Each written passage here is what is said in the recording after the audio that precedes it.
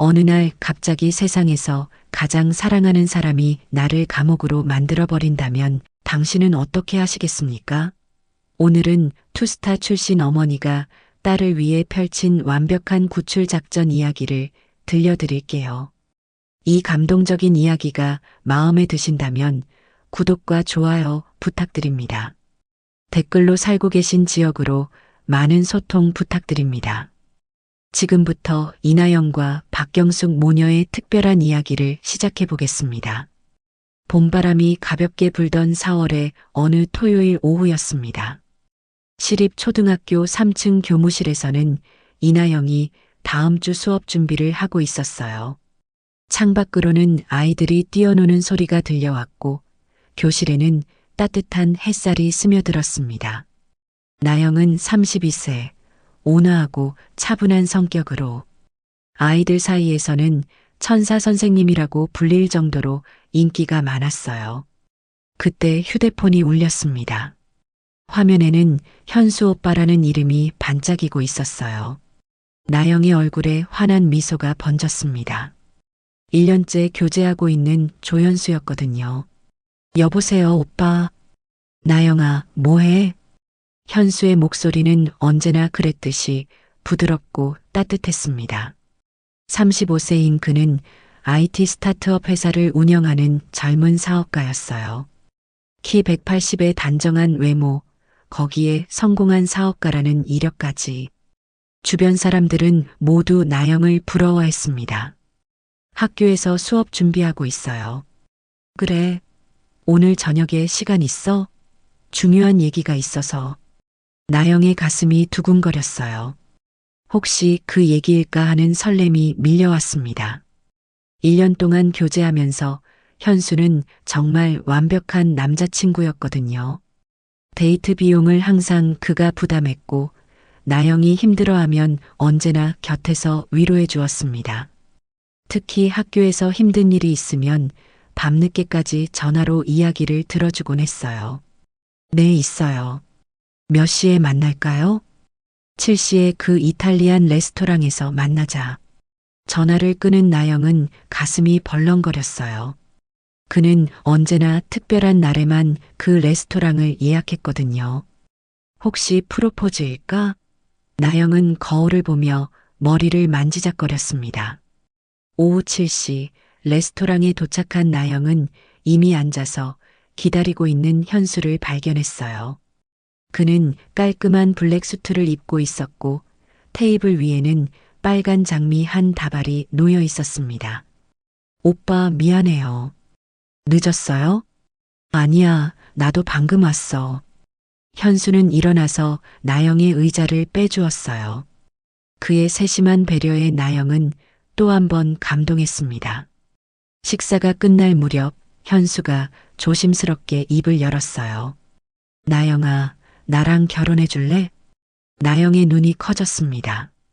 현수는 주머니에서 작은 보석함을 꺼내더니 무릎을 꿇었어요. 레스토랑 안의 다른 손님들도 모두 박수를 치기 시작했습니다. 네, 네, 좋아요. 나영의 눈에서 기쁨의 눈물이 흘러내렸어요. 마침내 꿈꿔오던 순간이 왔습니다. 완벽한 남자와의 완벽한 프로포즈. 주변 사람들의 축하 속에서 나영은 세상에서 가장 행복한 여자가 된 기분이었어요. 그날 밤 나영은 흥분을 감추지 못하고 어머니 박경숙에게 전화를 걸었습니다. 엄마, 큰일 났어요. 왜? 무슨 일이야? 경숙의 목소리에는 오랜 군 생활에서 단련된 침착함이 묻어났어요. 58세인 그녀는 예비역 투스타 장군 출신으로 육군에서 30년간 복무하며 수많은 위기 상황을 헤쳐나온 강단 있는 여성이었습니다. 현수 오빠가 프로포즈했어요. 정말? 축하한다. 우리 딸. 경숙의 목소리에 기쁨이 섞였지만 어딘가 조심스러운 기색도 느껴졌어요. 사실 경숙은 몇 번 현수를 만나보면서 뭔가 석연치 않은 느낌을 받았거든요. 너무 완벽해 보이는 것도 그렇고 가끔 나영을 대하는 태도에서 미세한 위화감을 느꼈습니다. 엄마, 왜 목소리가 그래요? 안 좋아해요? 아니야, 기쁘다. 다만 결혼은 신중하게 결정해야 하는 거잖아. 엄마, 현수 오빠는 정말 좋은 사람이에요. 저한테 정말 잘해주고 성공한 사업가의 외모도 좋고. 경숙은 딸의 들뜬 목소리를 들으며 마음 한구석이 무거워졌어요. 30년간 군에서 복무하면서 수많은 사람을 만나고 평가해왔던 그녀의 직감이 말하고 있었습니다. 조연수라는 남자에게는 뭔가 숨겨진 면이 있다고. 결혼식 날이 다가왔습니다. 10월의 맑은 가을날 서울 한복판의 고급 웨딩홀에서 결혼식이 열렸어요. 나영은 하얀 드레스를 입고 행복한 미소를 지었고 현수는 턱시도 차림으로 신부 옆에 서 있었습니다. 경숙은 어머니석에 앉아 딸의 모습을 바라보고 있었어요. 하지만 그녀의 시선은 자꾸만 현수에게 머물렀습니다. 결혼식이 진행되는 동안 그녀는 현수의 미세한 표정 변화를 놓치지 않고 관찰했어요. 식이 끝나고 피로연이 시작됐습니다. 사회자가 신랑 신부에게 인터뷰를 하는 시간이었어요. 신랑께서는 신부의 어떤 점이 가장 좋으셨나요? 나영이는 정말 순수하고 착한 사람이에요. 저한테는 너무 과분한 신부입니다. 현수의 대답은 완벽했어요. 하지만 바로 그때 경숙은 이상한 장면을 목격했습니다. 사회자가 예상 밖의 질문을 던지자 현수의 눈빛이 순간적으로 차갑게 변한 것이었어요. 그리고 나영의 팔을 살짝 꽉 쥐는 것도 보였습니다. 뭔가 이상한데. 경숙의 머릿속에 경보가 울렸어요. 30년간 군에서 단련된 관찰력이 그녀에게 경고하고 있었습니다.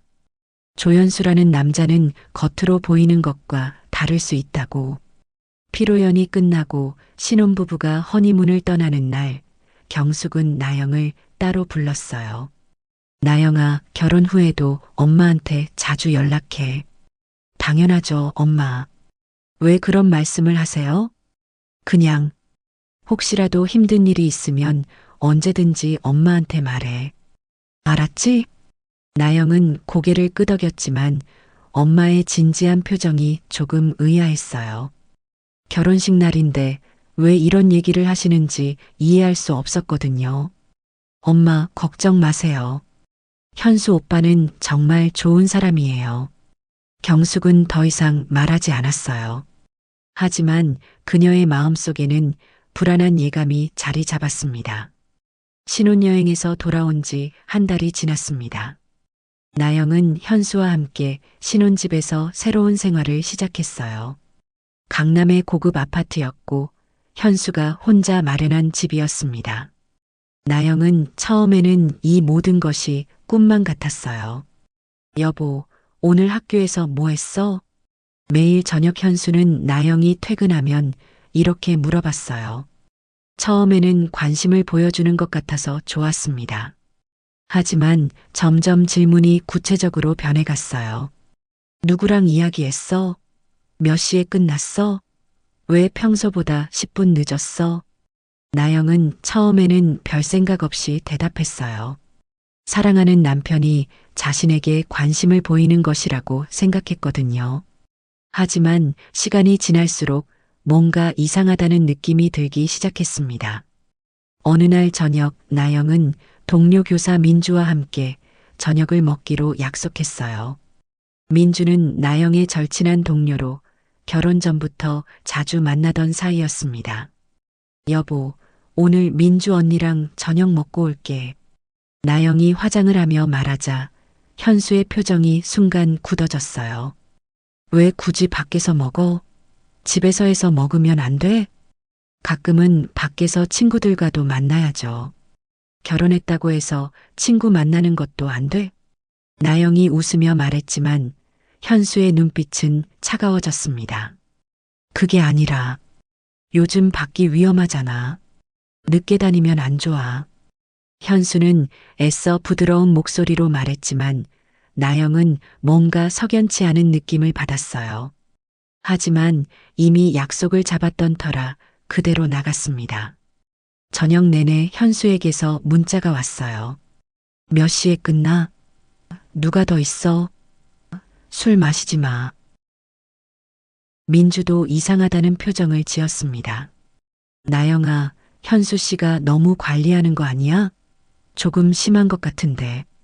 아니에요. 걱정해서 그런 거예요.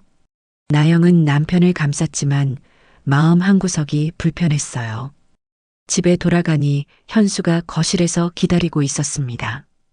왜 이렇게 늦었어? 9시에 끝난다고 했는데 지금 10시 반이야. 언니가 고민 상담을 해달라고 해서요. 미안해요. 다음부터는 그 사람 만나지 마. 예의가 없네. 나도 걱정된다고. 그날 밤부터 나영은 친구들과의 만남이 조심스러워지기 시작했어요. 현수의 눈치를 보게 되고 약속을 잡을 때마다 허락을 받아야 하는 분위기가 되었습니다. 한편 박경숙은 딸과의 연락이 점점 줄어드는 것을 느끼고 있었어요. 결혼 전에는 거의 매일 통화하던 딸이 이제는 며칠에 한 번씩만 짧게 안부를 묻는 정도였습니다. 나영아, 요즘 왜 이렇게 연락이 뜸해? 엄마, 신혼이잖아요. 집안일도 배워야 하고 바빠요. 나영의 대답은 자연스러워 보였지만 경숙은 뭔가 달라진 딸의 목소리 톤을 놓치지 않았어요. 예전처럼 밝고 활기차지 않았습니다. 이번 주말에 집에 놀러와. 엄마가 내가 좋아하는 갈비찜 해줄게. 엄마, 그게 현수 오빠가 이번 주말에 계획이 있다고 해서요. 그럼 현수도 같이 오면 좋을 텐데. 아, 그게 아니라. 다음에 갈게요, 엄마. 전화를 끊은 경숙의 마음은 무거웠어요. 딸의 목소리에서 뭔가 위축된 느낌을 받았거든요. 30년간 군인으로 살아오면서 수많은 사람들을 만나본 그녀였기에 이런 변화를 민감하게 포착할 수 있었습니다. 다음 주 토요일 오후 이번에 경숙은 직접 딸의 집으로 찾아가기로 결심했어요. 실내인 것은 알았지만 뭔가 이상한 구석이 있어서 미리 연락을 하지 않고 깜짝 방문한 것이었습니다. 아파트 현관에서 초인종을 눌렀지만 반응이 없었어요. 다시 계속 눌러도 반응이 없었습니다. 집에 없는 것 같아 밖으로 나와서 나영이에게 전화를 했습니다. 나영이는 전화도 받지 않았습니다. 전화를 수차례 했는데도 받지 않아서 어쩔 수 없이 경숙은 집으로 돌아갔습니다. 그 시간 현수와 나영은 집에 있었습니다. 현수는 벨이 울리자 월패드에 비친 장모님을 보고 인상을 찌푸렸습니다. 문 열어줄 생각은 안 하고 보고만 있었죠. 주방에 있는 나영이 누구냐고 물으니 그냥 잡상인이라고 조용히 있으면 가니까 그냥 놔두라고 했습니다. 그러고는 슬쩍 나영의 핸드폰을 안방으로 가져가서 장모님께 온 전화 기록을 모두 지우고 서랍에 숨겨버렸습니다. 다음 날 다시 경숙에게 전화가 왔을 때 나영은 엄마한테 전화가 오지 않았었다고 기록이 없다고 말합니다. 이런 일들이 계속 반복되었습니다. 현수는 이렇게 나영의 모든 것들을 나영이 눈치채지 못하게 통제하기 시작했습니다. 딸과 통화가 안 되는 것이 주말이라는 사실을 깨닫게 된 경숙은 나영이 출퇴근하는 시간에 전화를 걸어보았습니다. 그랬더니 나영이 전화를 받는 것이었습니다. 그때부터 경숙은 사위에게 뭔가 이상한 구석이 있음을 확신하게 되고 계속 딸에게 연락을 하며 살피기 시작했습니다. 그 후로 현수는 점점 더 나영의 일상을 통제하기 시작했습니다. 친구들과의 만남은 거의 차단되었고 가족과의 연락도 제한되었어요. 여보, 휴대폰 좀 보여줘. 왜요? 왜긴 내가 사랑하는 사람이 누구랑 연락하는지 궁금해서 그러지. 처음에는 농담인 줄 알았는데 현수는 정말로 나영의 휴대폰을 확인하기 시작했어요. 문자 내용부터 통화 기록까지 모든 것을 점검했습니다. 나영은 점점 숨막히는 느낌을 받기 시작했어요. 결혼 전 그렇게 자유롭고 밝았던 자신이 어디론가 사라져가는 것 같았습니다. 하지만 이것이 사랑하는 남편의 관심이라고, 자신을 걱정해서 하는 일이라고 스스로를 설득했어요. 결혼한 지 3개월이 지났습니다. 나영의 일상은 점점 더 통제받는 분위기로 변해갔어요. 현수는 나영이 학교에서 돌아오는 시간까지 정확히 재기 시작했습니다. 평소보다 5분만 늦어도 추궁했고 동료들과의 대화 내용까지 상세히 물어봤어요. 나영아, 오늘 김민주랑 뭘 그렇게 오래 얘기했어? 그냥 수업 얘기했어요. 수업 얘기가 20분씩이나 걸려? 나 다 봤어. 현수는 나영의 학교까지 몰래 와서 지켜보고 있었던 것이었습니다. 나영은 그 사실을 알고 소름이 돋았어요. 하지만 현수는 오히려 당당했습니다. 난 내 사랑하는 아내가 걱정돼서 그런 거야. 요즘 세상이 얼마나 위험한데. 그날 밤 나영은 처음으로 현수에게 항의해 보기로 했어요. 현수 씨, 이제 좀 심한 것 같아요. 내가 뭘 잘못했다고 이렇게까지 하죠? 순간 현수의 표정이 차갑게 변했습니다. 지금까지 본 적 없는 무서운 눈빛이었어요. 심하다고? 내가 뭘 심하게 했는데? 현수의 목소리가 점점 커졌습니다. 나영은 깜짝 놀라 뒤로 물러섰어요. 현수 씨, 목소리 좀 낮춰요. 그렇게 소리 지를 일은 아니잖아요. 뭐라고? 내가 널 사랑해서 이렇게 해주는 건데, 너 지금 내 사랑을 무시하는 거야? 현수는 갑자기 거실 테이블을 주먹으로 내리쳤습니다. 쾅! 소리에 나영이 움찔했어요. 테이블 위에 있던 컵이 떨어져 깨졌습니다. 나영아, 너 지금 사랑해줘도 불만이라는 거야? 현수가 나영에게 천천히 다가왔어요. 나영은 본능적으로 무서움을 느꼈습니다. 지금까지 보던 따뜻한 남편의 모습은 온데간데 없었어요. 아, 아니에요. 그런 게 아니라. 그런 게 아니라 뭐? 똑바로 말해봐. 현수가 나영의 팔을 거칠게 잡았어요. 나영이 아프다며 비명을 지르자 그제야 현수가 정신을 차린 듯 손을 놓았습니다. 미안해, 나영아. 내가 너무 흥분했나 봐. 현수의 표정이 다시 부드러워졌어요. 하지만 나영의 팔에는 빨간 손자국이 선명하게 남아 있었습니다. 현수 씨가 나를 너무 의심해서 저도 서운했어요. 나영이 조심스럽게 말하자 현수는 나영을 안으며 속삭였어요. 내가 너를 의심하는 게 아니야. 너무 사랑해서 그런 거야. 너를 잃을까봐 무서워서. 나영은 현수의 품에 안기며 복잡한 감정에 휩싸였어요. 무서웠지만 동시에 이해하고 싶었습니다. 이것이 사랑 때문이라면. 하지만 이런 일들은 계속 반복되었고 어느 날 드디어 현수는 나영의 뺨에 손찌검을 했습니다. 봉인되었던 폭력성이 풀려나 버린 겁니다. 현수는 나영을 구속하고 말 안 들으면 때리고 다시 사과하고를 반복하며 나영을 가스라이팅 하였습니다. 그러던 어느 날 학교에 도착하니 동료 민주가 다가왔습니다. 나영아, 너 요즘 얼굴이 어두워 보인다. 무슨 일 있어? 아니야, 별일 없어. 정말? 얼굴은 힘들어 보이는데? 민주의 관심 어린 눈빛에 나영은 잠시 모든 것을 털어놓고 싶은 충동이 들었어요.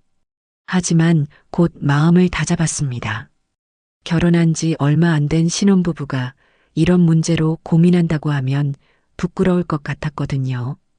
그리고 자신을 진심으로 사랑해서 그런다고 결국에는 사과하는 남편을 믿고 싶기도 했으니까요. 정말 괜찮아. 그냥 새로운 환경에 적응하느라 조금 피곤할 뿐이야. 민주는 더 이상 묻지 않았지만 뭔가 석연치 않다는 표정이었어요. 그날 오후 나영은 우연히 현수의 과거에 대해 알게 되었습니다. 나영의 친구 수진이에게 전화가 온 것입니다. 나영과 현수의 결혼 사진을 SNS로 함께 보던 수진의 회사. 동료가 현수와 같은 대학 동기였다고 현수 씨에 대해서 말해주더랍니다. 나영아, 현수 씨가 대학 때 분노 조절 장애로 상담을 받은 적이 있었대. 나영의 눈이 커졌습니다. 그때 여자친구를 자주 때린 일이 있었다는 거야. 그 후로 치료를 받았다는데 혹시 요즘 이상한 행동을 하지는 않아? 나영의 머릿속이 복잡해졌어요. 어젯밤 현수의 무서운 모습이 떠올랐습니다. 수지는 나영에게 만약 현수가 이상한 행동을 보이면 절대 혼자 해결하려 하지 말고 주변에 도움을 요청하라고 조언했어요. 집에 돌아온 나영은 혼란스러웠어요. 현수가 과거에도 똑같은 행동을 했었다면 지금 자신에게 그러는 것은 분노 조절 장애를 고치지 못했다는 사실이었죠. 그날 밤 현수가 퇴근해서 돌아왔어요. 나영아, 오늘 뭐 했어? 평소와 같은 질문이었지만 나영에게는 이제 그 질문이 무겁게 느껴졌어요. 학교에서 수업하고 집에 왔어요. 다른 건? 누구 만났어? 아무도 안 만났어요. 현수는 나영을 유심히 바라보더니 갑자기 나영의 가방을 뒤지기 시작했어요. 여보, 뭐 하는 거예요? 그냥 확인하는 거야. 현수는 나영의 휴대폰까지 확인했습니다. 앞으로 누구를 만나든 미리 말해. 알았지? 현수의 목소리에는 경고가 담겨 있었어요. 나영은 고개를 끄덕였지만 마음속으로는 두려웠습니다. 그날 밤 나영은 잠들지 못하고 천장을 바라봤어요. 옆에서 잠든 현수를 보며 이 사람이 정말 자신이 사랑했던 그 사람이 맞는지 의문이 들었습니다. 결혼 전에는 절대 볼 수 없었던 모습들이 하나둘씩 드러나고 있었어요. 이게 정상적인 결혼 생활인가? 내가 언제까지 참아야 하지? 나영은 답을 찾을 수 없었어요. 하지만 한 가지는 확실했습니다. 현수의 통제가 점점 심해지고 있다는 것, 그리고 자신이 점점 더 무력해지고 있다는 것이었어요. 나영이 결혼한 지 6개월이 지나는 동안 경숙은 일주일에 2~3번 출퇴근 시간에 딸에게 전화를 겁니다. 경숙은 남편이 암으로 하늘나라에 간 지 2년이 지나고 무남동녀 외동딸을 시집 보내고 나니 그렇게 적적할 수가 없었습니다. 그 적적함은 참을 수 있었지만 결혼하고 점점 말수도 줄고 야위어가는 딸이 걱정되는 것은 참을 수가 없었습니다. 경숙이 무슨 일이 있느냐고 아무리 물어봐도 나영이는 별일 아니라고만 했습니다. 군인 출신 엄마라서 다른 엄마들처럼 클 동안 살갑게 해주지 못했던 것이 나영이가 엄마에게 힘들어도 편하게 말을 못하게 한 원인이 되었나 싶어 더 마음이 아팠습니다. 평일에는 일해야 돼서 못 보고 주말에는 항상 남편의 스케줄이나 시댁에 행사가 있어서 못 보고 그렇게 경숙을 피하는 딸이 처음엔 서운하더니 이젠 모든 것이 걱정으로 귀결되었습니다. 30년의 군 생활은 그녀에게 평범한 사람들이 범접할 수 없는 직감을 길러주었죠. 분명히 딸에게 무슨 일이 있었습니다. 오늘은 현수의 아버지 생신입니다. 나영은 며칠 전부터 준비에 여념이 없었어요. 시아버지가 좋아할 만한 선물도 골랐고 생신상에 올릴 음식들도 미리 연습해 봤습니다. 현수 씨, 아버님 생신상 준비는 다 됐어요. 걱정하지 마세요. 그래, 좋아. 우리 부모님 까다로우시니까 잘해. 현수는 이제 대놓고 압박감을 주었죠. 나영은 긴장이 되기 시작했습니다. 생신 당일 나영과 현수는 일찍 시댁으로 향했어요. 현수의 부모님은 분당의 단독주택에 살고 계셨습니다. 현수의 아버지는 중견기업 임원 출신이었고 어머니는 전형적인 전업주부였어요. 어머님, 안녕하세요. 나영이 정중하게 인사드리자 시어머니는 대충 고개만 끄덕였어요. 따뜻한 미소는 찾아볼 수 없었습니다. 음식 준비는 했겠지? 네, 다 준비해 왔어요. 나영은 가져온 음식들을 부엌으로 옮기기 시작했어요. 잡채, 전, 나물 등을 정성스럽게 준비해 왔습니다. 어머, 이게 뭐야? 잡채에 당면이 이렇게 굵어? 시어머니가 나영이 만든 잡채를 보더니 인상을 찌푸렸어요. 죄송해요. 다시 만들까요? 됐어. 이미 늦었잖아. 시어머니의 차가운 반응에 나영의 마음이 위축되었어요. 하지만 참고 계속 음식을 준비했습니다. 시어머니의 지시에 따라 나영은 혼자서 상을 차리기 시작했어요. 무거운 음식들을 나르느라 이마에 땀이 맺혔습니다. 나영아, 빨리 좀 해. 아버님 오신다. 상차림이 끝나고 식사가 시작되었습니다. 하지만 나영은 계속 눈치를 봐야 했어요. 시어머니는 기회가 있을 때마다 나영을 부려먹었습니다. 나영아, 아버님 접시 좀 갖다 드려. 나영아, 현수 물 좀 따라줘. 나영아, 국 더 떠와라. 나영은 식사도 제대로 못하고 계속 심부름만 했어요. 식사가 거의 끝날 무렵 시어머니가 또다시 트집을 잡았어요. 이 나물간이 왜 이래? 너무 짜네. 죄송해요. 요즘 젊은 애들은 요리도 제대로 못해. 우리 때는 시집 오기 전에 다 배워왔는데. 시어머니의 말에 아버님 고 현수 씨가 웃었어요. 나영은 모멸감을 느꼈지만 참을 수밖에 없었습니다. 그러게 말이야. 요즘 여자들은 집안일은 안 배우고 바깥일만 하려고 하지. 아버님이 거들었어요. 나영이도 교사니까 바쁘겠지만 그래도 집안일은 기본이잖아. 나영은 아무 말도 할 수 없었어요. 변명을 하면 더 시끄러워질 것 같았거든요.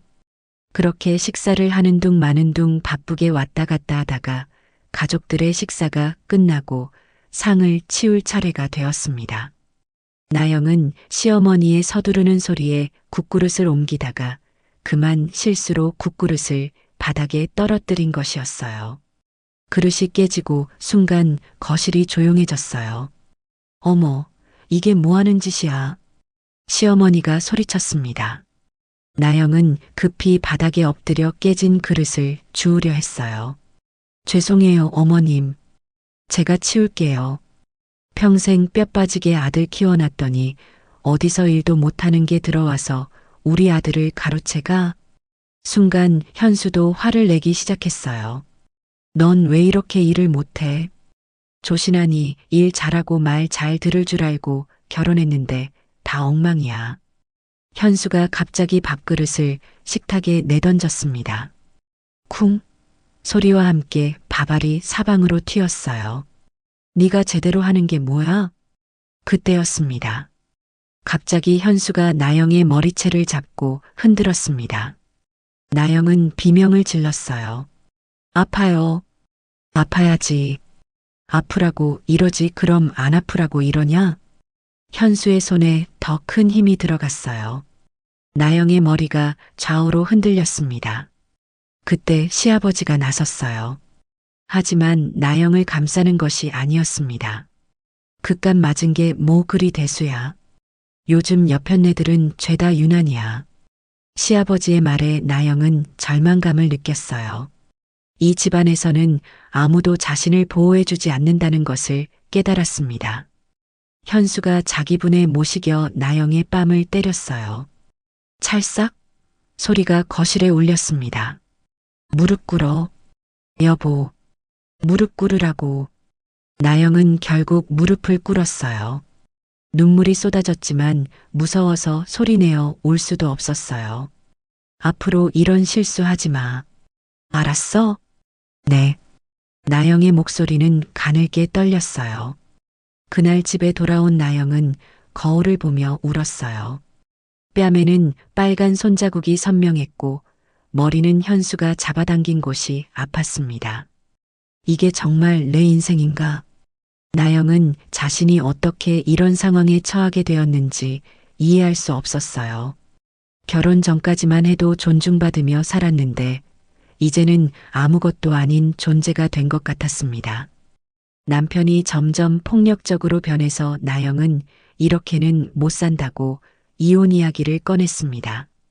그러자 남편은 그때부터 본색을 그냥 드러내버리고 자기가 하고 싶은 대로 폭주하기 시작했습니다. 이혼을 하게 되면 나영이 다니는 학교도 못 다니게 하고 나영과 나영의 어머니에게 해코지를 하겠다고 협박을 했습니다. 사회생활을 할 수 없게 매장을 시킨다고 매번 협박했죠. 나영은 너무 무서워서 엄마에게조차 이 사실을 알릴 수 없었습니다. 정말 현수의 말처럼 될까 봐서 말이죠. 시아버지 생신 이후 일주일이 지났습니다. 나영은 그날의 굴욕을 잊으려 노력했지만 쉽지 않았어요. 현수는 평소처럼 행동했지만 나영의 마음에는 깊은 상처가 남아 있었습니다. 월요일 아침 나영은 화장으로 뺨에 멍을 가리고 학교에 갔어요. 긴팔 블라우스로 팔의 상처도 숨겼습니다. 하지만 완벽하게 감춰지지는 않았어요. 나영아, 얼굴이 왜 그래? 화장이 좀 이상한데? 동료 교사 민주가 다가와서 물었습니다. 나영은 당황하며 대답했어요. 아, 어제 문에 부딪혔어요. 별일 아니에요. 정말? 좀 심해 보이는데. 병원은 갔어? 괜찮아요, 정말. 나영은 서둘러 교실로 향했어요. 하지만 민주의 의심 어린 시선을 느낄 수 있었습니다. 수업 중에도 나영의 컨디션은 좋지 않았어요. 집중이 안 되고 자꾸 시계만 봤습니다. 현수가 몇 시에 연락할지, 오늘은 또 어떤 일로 화를 낼지 걱정이 되었거든요. 점심시간, 나영은 교무실에서 혼자 도시락을 먹고 있었어요. 예전에는 동료들과 함께 식사하며 웃고 떠들었는데, 이제는 혼자 있는 시간이 더 편했습니다. 나영아, 민주가 조심스럽게 다가왔어요. 응? 혹시 요즘 무슨 일 있어? 표정이 많이 어두워진 것 같아. 나영은 잠시 망설였어요. 민주는 오랫동안 함께 일한 동료였고 믿을 만한 사람이었습니다. 하지만 이런 일을 털어놓기에는 너무 부끄러웠어요. 별일 없어? 그냥 요즘 피곤해서. 정말? 혹시 현수 씨랑 무슨 일이라도? 아니야, 정말 괜찮아. 나영이 급하게 부인하자 민주는 더 이상 묻지 않았어요. 하지만 걱정스러운 표정은 사라지지 않았습니다. 수업이 끝나고 나영이 책상을 정리하고 있을 때였어요. 볼펜을 떨어뜨려서 책상 아래로 기어 들어가려는데 블라우스 소매가 올라가면서 팔에 멍이 드러났습니다. 나영아, 이게 뭐야? 민주가 나영의 팔을 잡았어요. 보라색과 노란색이 섞인 멍이 선명하게 보였습니다. 이건 그냥 넘어져서 이렇게 멍이 들어? 나영아, 이건 누가 때린 자국이잖아. 민주의 목소리에 심각함이 담겨 있었어요. 나영은 당황해서 소매를 다시 내렸습니다. 민주 언니, 제발 다른 사람들한테는 말하지 마. 나영아, 설마 현수 씨가? 나영은 아무 말도 하지 못했어요. 그 침묵이 곧 답이었습니다. 나영아, 이건 심각한 문제야. 혼자 해결할 수 있는 일이 아니야. 민주 언니, 제발. 아직 심각한 건 아니야. 그냥 실수였어. 실수? 이런 게 실수라고? 민주는 나영의 어깨를 잡고 진지하게 말했어요. 나영아, 나한테 솔직하게 말해봐. 현수 씨가 널 때리는 거야? 나영의 눈에서 눈물이 글썽거렸어요. 그동안 혼자 견뎌왔던 것들이 한꺼번에 터져 나올 것 같았습니다. 언니나 정말 무서워. 도대체 무슨 일이 있는 거야? 민주의 목소리가 커졌어요. 다른 선생님들이 돌아볼까봐 나영이 손짓으로 조용히 하라고 했습니다. 민주 언니, 목소리 좀 낮춰. 다른 사람들이 들어. 들으면 어때? 이런 건 숨길 일이 아니야. 민주는 화가 나 있었어요. 자신의 소중한 동료가 이런 일을 당하고 있다는 사실에 분노했습니다. 나영아, 너 이대로 있으면 안 돼. 도움을 받아야 해. 누구한테? 누가 도와줄 수 있어? 일단 내 어머니한테 말해야 해. 어머니가 아시면 뭔가 방법을 찾아주실 거야. 나영은 고개를 저었어요. 엄마한테는 절대 안 돼. 엄마가 알면 큰일 나. 왜? 어머니가 도와주시면 되잖아. 우리 엄마는 군인 출신이야. 알면 가만히 있지 않을 거야. 그럼 상황이 더 복잡해져. 나영은 어머니 박경숙의 성격을 잘 알고 있었어요. 투스타 출신인 어머니가 이 사실을 알면 가만히 있지 않을 것이고, 그러면 현수가 더 무서워질 것 같았습니다. 그럼 어떻게 할 거야? 계속 이렇게 살 거야? 아직은 견딜만 해. 현수 씨도 평소에는 좋은 사람이야. 스트레스 받을 때만 그래. 민주는 답답한 표정을 지었어요. 나영아, 그런 게 변명이 되는 줄 알아? 스트레스 받는다고 아내를 때려도 된다는 거야? 나영은 대답할 수 없었어요. 민주의 말이 맞다는 것을 알고 있었지만 인정하고 싶지 않았습니다. 민주 언니, 제발 이 얘기는 아무한테도 하지 마. 약속해줘. 민주는 한참을 고민하다가 결국 고개를 끄덕였어요. 알겠어. 하지만 조건이 있어. 더 심해지면 반드시 도움을 요청해. 약속해. 응, 약속할게. 그날 밤 민주는 집에 돌아가서도 나영 생각만 했어요. 어떻게 도와줄 수 있을지 고민이 되었습니다. 그러던 중 한 가지 생각이 떠올랐어요. 나영이 어머니께 알려드려야 하는 거 아닐까? 민주는 나영의 어머니 연락처를 알고 있었어요. 학교 행사 때 몇 번 만난 적이 있었거든요. 박경숙은 카리스마 있고 든든한 분이라는 인상을 받았었습니다. 고민 끝에 민주는 박경숙에게 전화를 걸기로 결심했어요. 여보세요, 나영이 어머님이시죠? 저는 나영이와 함께 근무하는 김민주라고 합니다. 아, 민주 선생님. 안녕하세요. 무슨 일이세요? 박경숙의 목소리는 여전히 군인다운 단호함이 있었어요. 사실, 나영이에 관해서 말씀드릴 게 있어서요. 혹시 시간 되실 때 잠깐 만날 수 있을까요? 나영이가 무슨 일이라도 있나요? 경숙의 목소리에 긴장감이 돌았어요. 어머니의 직감이 뭔가 심상치 않다고 말하고 있었습니다. 전화로는 말씀드리기 어려워서 가능하시면 내일 오후에 학교 근처 카페에서 만나실 수 있을까요? 네, 알겠습니다. 몇 시에 만날까요? 4시 정도 어떠세요? 좋습니다. 그럼 내일 뵙겠습니다. 전화를 끊은 박경숙은 불안한 마음이 들었어요. 최근 들어 딸과의 연락이 뜸해진 것도 그렇고 뭔가 이상한 조짐들이 있었거든요. 30년간 군 생활을 하면서 단련된 직감이 계속 경고하고 있었습니다.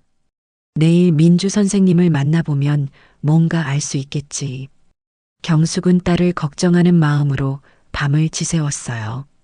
다음 날 오후 4시 학교 근처 카페에서 박경숙과 민주가 만났습니다. 경숙은 평소보다 일찍 도착해서 조용한 구석자리에 앉아 기다리고 있었어요. 30년간 군 생활을 한 그녀의 습관이었습니다. 어머님, 안녕하세요. 민주가 들어오자 경숙이 일어나서 인사했어요. 민주 선생님, 고생하셨어요. 앉으세요. 두 사람은 마주 앉았어요. 경숙의 눈빛에는 예상했던 대로 심각한 일이라는 각오가 서려 있었습니다. 그래서 우리 나영이가 무슨 일인가요? 경숙이 단도직입적으로 물었어요. 군인 출신답게 돌려 말하는 것을 좋아하지 않았습니다. 민주는 잠시 망설이다가 입을 열었어요. 어머님, 혹시 나영이한테서 이상한 점을 느끼신 적 없으세요? 이상한 점이요?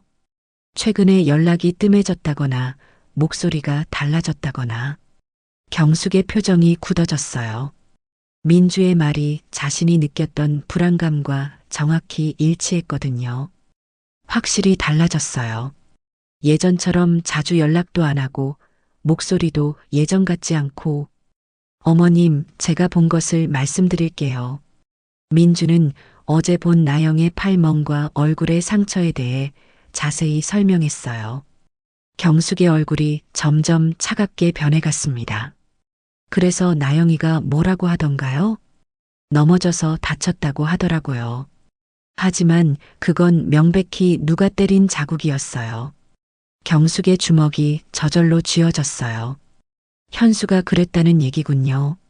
네, 그런 것 같아요. 나영이가 인정하지는 않았지만 왜 인정하지 않죠? 부끄럽다고 하더라고요. 그리고 어머님한테는 절대 말하지 말라고. 경숙이 깊은 한숨을 내쉬었어요. 어머니가 군인 출신이라는 걸 알고 있어서 그런 것 같아요. 알면 가만히 있지 않을 거라고 걱정하는 것 같더라고요. 맞습니다. 저는 가만히 있지 않을 겁니다. 경숙의 목소리에는 차가운 분노가 담겨 있었어요. 어머님, 하지만 너무 성급하게 행동하시면 나영이가 더 위험해질 수도 있어요. 민주가 조심스럽게 말했습니다. 경숙의 눈빛에서 위험한 기운을 느꼈거든요. 저도 그건 압니다. 30년간 군에서 작전을 세워온 사람이에요. 경숙이 차분하게 대답했어요. 하지만 그 차분함 속에는 치밀한 계획이 숨어 있었습니다. 민주 선생님, 혹시 나영이가 또 다른 상처를 입으면 즉시 연락해 주세요. 그리고 가능하면 사진을 찍어 두세요. 사진을요? 증거가 필요합니다. 나중에 법적 대응을 할 때 필요해요. 민주는 경숙의 체계적인 접근에 놀랐어요. 역시 군인 출신다운 면모였습니다. 그리고 나영이한테는 아직 우리가 만났다는 얘기를 하지 마세요. 현수가 눈치채면 더 조심할 테니까요. 알겠습니다, 어머님. 카페를 나온 경숙은 곧바로 차를 타고 딸의 아파트로 향했어요. 하지만 직접 올라가지는 않았습니다. 대신 아파트 주변을 둘러보며 상황을 파악하기 시작했어요. 저기가 주차장이고 여기가 정문이군. CCTV는 저기에. 30년간 군에서 단련된 관찰력으로 경숙은 아파트 주변 환경을 머릿속에 정리했습니다. 필요할 때 언제든 개입할 수 있도록 준비하는 것이었어요. 그날 저녁 경숙은 집에 돌아와서 노트를 펼쳤어요. 예전 군 시절 작전 계획을 세울 때 쓰던 습관이었습니다. 목표 딸을 안전하게 구출하라. 경숙은 펜을 들고 계획을 세우기 시작했어요.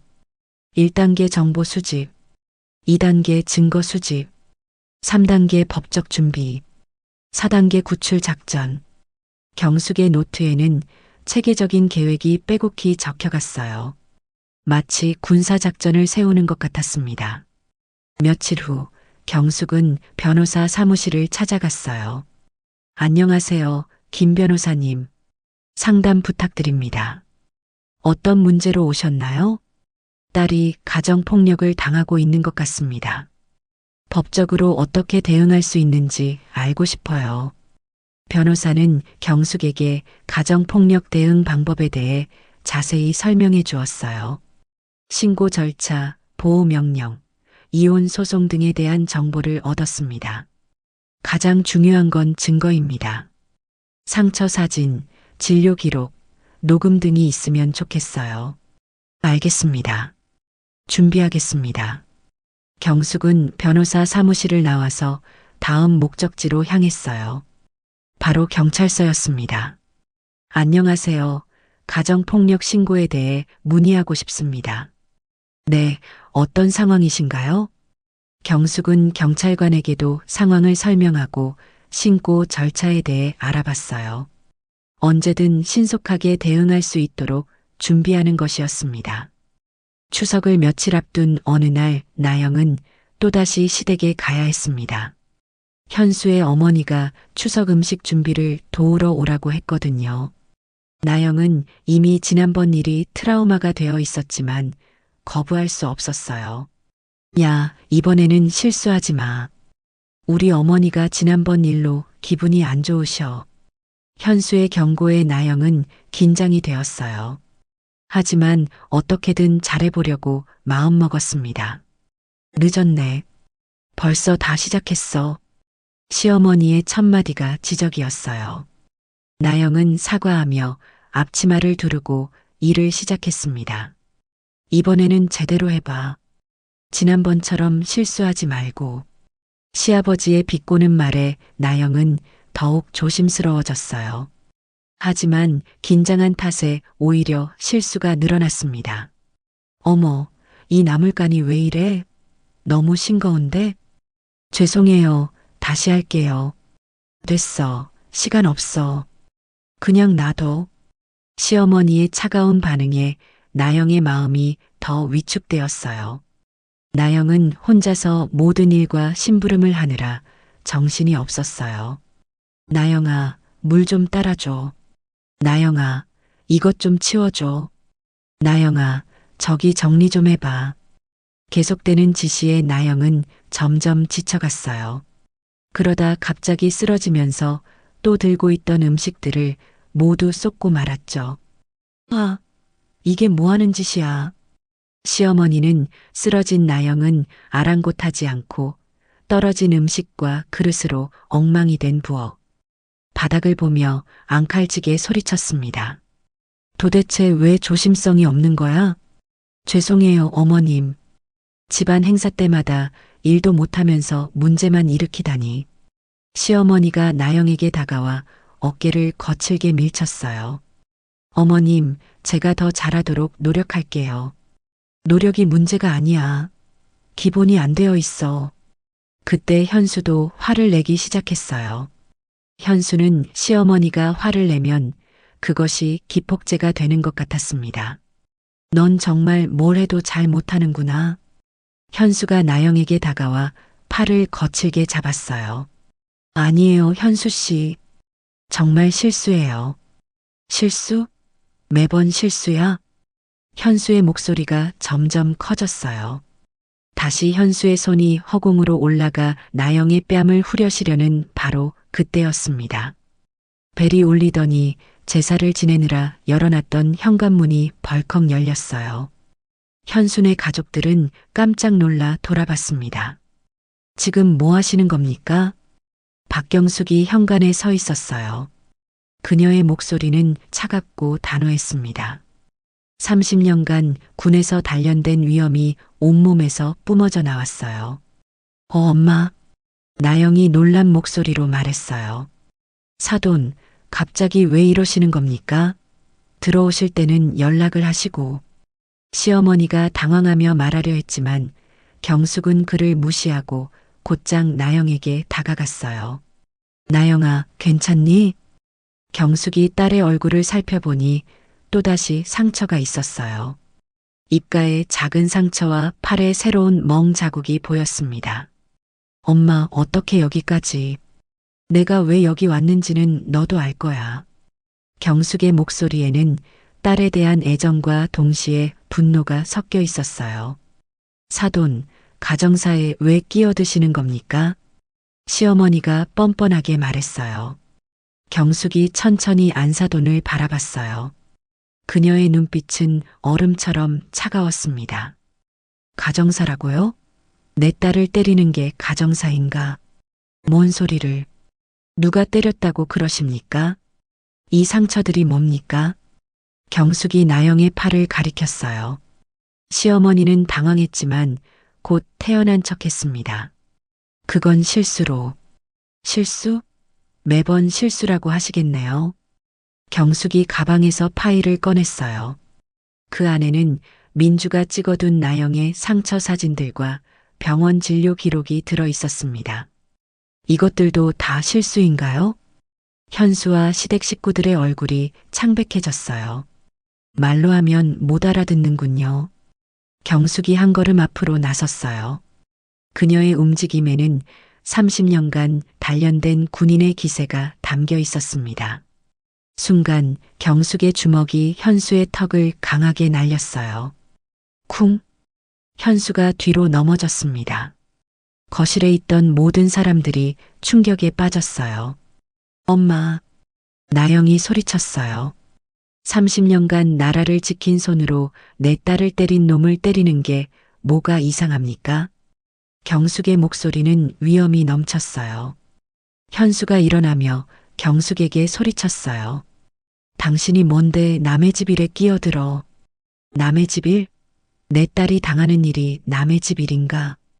경숙이 다시 현수에게 다가갔어요. 현수는 본능적으로 뒤로 물러섰습니다. 바로 그때 사이렌 소리가 들렸어요. 경찰차 2대가 아파트 앞에 도착했습니다. 경찰이다. 경숙이 미리 신고해둔 것이었어요. 모든 것이 계획된 작전이었습니다. 조연수 씨, 가정폭력 혐의로 현행범 체포합니다. 경찰관들이 수갑을 꺼내며 다가왔어요. 잠깐, 이게 무슨 상황입니까? 현수가 당황하며 저항했지만 소용없었어요. 증거와 신고 접수가 완료된 상태입니다. 경숙이 경찰관에게 준비해둔 서류들을 건넸어요. 나영의 상처 사진, 병원 진료 기록, 목격자 진술서까지 모든 것이 준비되어 있었습니다. 이건 함정이야. 장모가 꾸민 거라고. 현수가 소리쳤지만 경찰은 이미 수갑을 채우고 있었어요. 나영아, 이제 끝났다. 경숙이 딸을 안으며 말했어요. 나영의 눈에서 눈물이 쏟아졌습니다. 엄마, 이제 괜찮아. 엄마가 지켜줄게. 그날 밤 나영은 처음으로 숨을 제대로 쉴 수 있었어요. 어머니의 품에서 그동안 참았던 모든 것들을 쏟아내며 울었습니다. 엄마, 미안해요. 제가 약해서. 약한 게 아니야. 너는 충분히 강했어. 이제 엄마가 나머지는 다 해결할게. 경숙의 목소리는 따뜻하면서도 단호했어요. 투스타 출신 어머니의 완벽한 구출 작전이 성공한 순간이었습니다. 현수가 체포된 지 6개월이 지났습니다. 이혼 절차는 경숙이 준비한 완벽한 증거들 덕분에 순조롭게 진행되었어요. 현수는 가정폭력 혐의로 실형을 선고받았고 나영은 마침내 자유의 몸이 되었습니다. 하지만 나영의 마음 회복은 쉽지 않았어요. 1년여간 받은 상처와 트라우마는 하루아침에 사라지지 않았습니다. 밤에 잠들기 어려워했고 갑작스러운 소음에도 움찔했어요. 나영아, 천천히 회복하면 돼. 급할 것 없어. 경숙은 딸 곁에서 묵묵히 지켜주었어요. 30년간 군 생활을 하며 많은 어려움을 겪어본 그녀였기에 딸이 겪는 고통을 이해할 수 있었습니다. 어느 날 나영은 경숙에게 말했어요. 엄마, 저 상담 공부를 해보고 싶어요. 상담 공부? 네, 저처럼 힘든 사람들을 도와주고 싶어요. 제가 겪어본 일이니까 더 잘 이해할 수 있을 것 같아요. 경숙은 딸의 눈에서 다시 살아나는 희망을 보았어요. 그동안 꺼져 있던 나영의 눈빛이 조금씩 밝아지고 있었습니다. 좋은 생각이야. 엄마가 응원할게. 나영은 심리 상담사 자격증 공부를 시작했어요. 처음에는 자신의 상처와 마주하는 것이 힘들었지만 점차 치유의 과정이라는 것을 깨달았습니다. 공부를 하면서 나영은 자신이 겪었던 일들을 객관적으로 바라볼 수 있게 되었어요. 그것이 자신의 잘못이 아니었다는 것, 그리고 많은 여성들이 비슷한 고통을 겪고 있다는 사실도 알게 되었습니다. 1년 후, 나영은 상담사 자격증을 취득했어요. 그리고 가정폭력 피해 여성들을 위한 상담센터에서 일하기 시작했습니다. 안녕하세요. 저는 이나영 상담사입니다. 첫 상담에서 만난 여성은 나영과 비슷한 연령대였어요. 그녀의 얼굴에는 나영이 예전에 가졌던 것과 같은 두려움과 절망이 가득했습니다. 제가 잘못한 건 아닌지 모르겠어요. 그 여성이 떨리는 목소리로 말했어요. 아니에요. 절대 당신 잘못이 아니에요. 나영은 따뜻한 목소리로 대답했어요. 자신이 예전에 가장 듣고 싶었던 말이었습니다. 저도 비슷한 경험이 있어요. 혼자가 아니에요. 나영의 진심 어린 위로에 그 여성의 눈에서 눈물이 흘렀어요. 하지만 그것은 절망의 눈물이 아니라 희망의 눈물이었습니다. 몇 달 후, 나영은 온라인 카페를 개설했어요. 다시 서는 여성들이라는 이름의 커뮤니티였습니다. 가정폭력을 경험한 여성들이 서로의 경험을 나누고 격려하는 공간이었어요. 오늘 처음 혼자서 영화를 봤어요. 정말 오랜만에 웃었어요. 저는 어제 새로운 직장에 면접을 봤어요. 떨렸지만 해냈어요. 카페에는 작은 용기들이 매일 올라왔어요. 나영은 그 글들을 하나하나 읽으며 뿌듯함을 느꼈습니다. 어느 토요일 오후 나영과 경숙은 한강공원에서 만났어요. 이제는 매주 토요일마다 만나는 것이 둘의 소중한 시간이 되었습니다.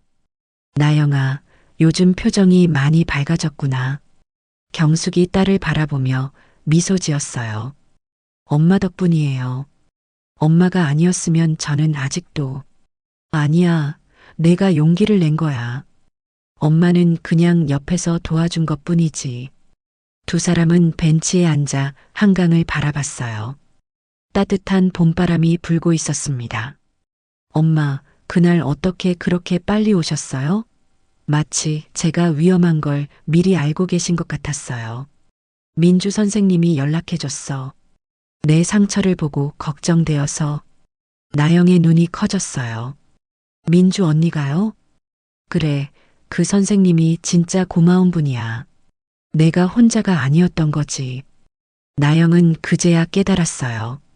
자신을 지켜주는 사람들이 있었다는 것을. 어머니뿐만 아니라 민주, 그리고 지금은 상담센터의 동료들까지. 엄마, 사실 제가 많이 미안했어요. 제가 약해서 엄마한테 걱정을 끼쳐드려서. 미안할 게 뭐가 있어? 힘들 때는 도움을 받는 게 당연한 거야. 경숙이 딸의 손을 잡았어요. 그 손에는 굳은 살과 주름이 깊게 파여 있었지만 여전히 따뜻했습니다. 수백 번 작전을 짰지만 이번 작전이 내가 한 작전 중에서 제일 힘들었어. 왜요? 엄마로서 말이지. 군인으로서가 아니라. 경숙의 목소리에 애정이 가득했어요. 나영은 어머니의 손을 더 꽉 잡았어요. 엄마 고마워요. 정말 고마워요. 뭘 고마워해. 당연한 일 했을 뿐이야. 해가 지기 시작했어요. 한강이 황금빛으로 물들어갔습니다. 나영아, 이제 내 인생을 살아가렴. 과거에 얽매이지 말고. 네, 엄마. 그리고 저처럼 힘든 사람들을 많이 도와드릴게요. 그래, 내가 받은 상처가 다른 사람들에게는 치유가 될 거야. 집으로 돌아가는 길 나영은 문득 생각했어요.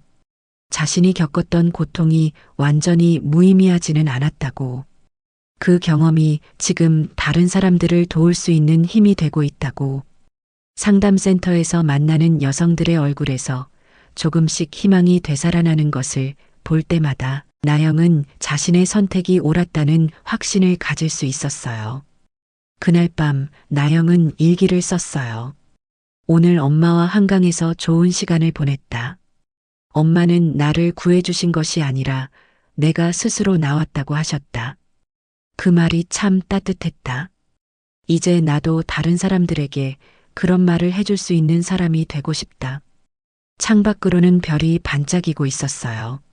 나영은 처음으로 내일이 기대된다는 생각을 했습니다. 어떤 사람을 만날지, 어떤 도움을 줄 수 있을지. 투스타 출신 어머니의 완벽한 작전으로 시작된 구출극은 이제 더 큰 의미를 가지게 되었어요. 한 사람의 구원이 또 다른 사람들의 희망이 되는 아름다운 선순환의 시작이었습니다. 오늘 이야기를 끝까지 들어주셔서 감사합니다. 영상 보시고 느끼신 감정, 댓글로 함께 나눠주세요. 여러분의 한마디가 누군가에겐 큰 위로가 될 수 있습니다. 영상이 마음에 드셨다면 구독과 좋아요로 응원 부탁드립니다. 때론 우리가 가장 신뢰하는 사람이 가장 위험한 적일 수 있습니다. 하지만 진실을 알아보는 눈은 의외의 곳에 있죠.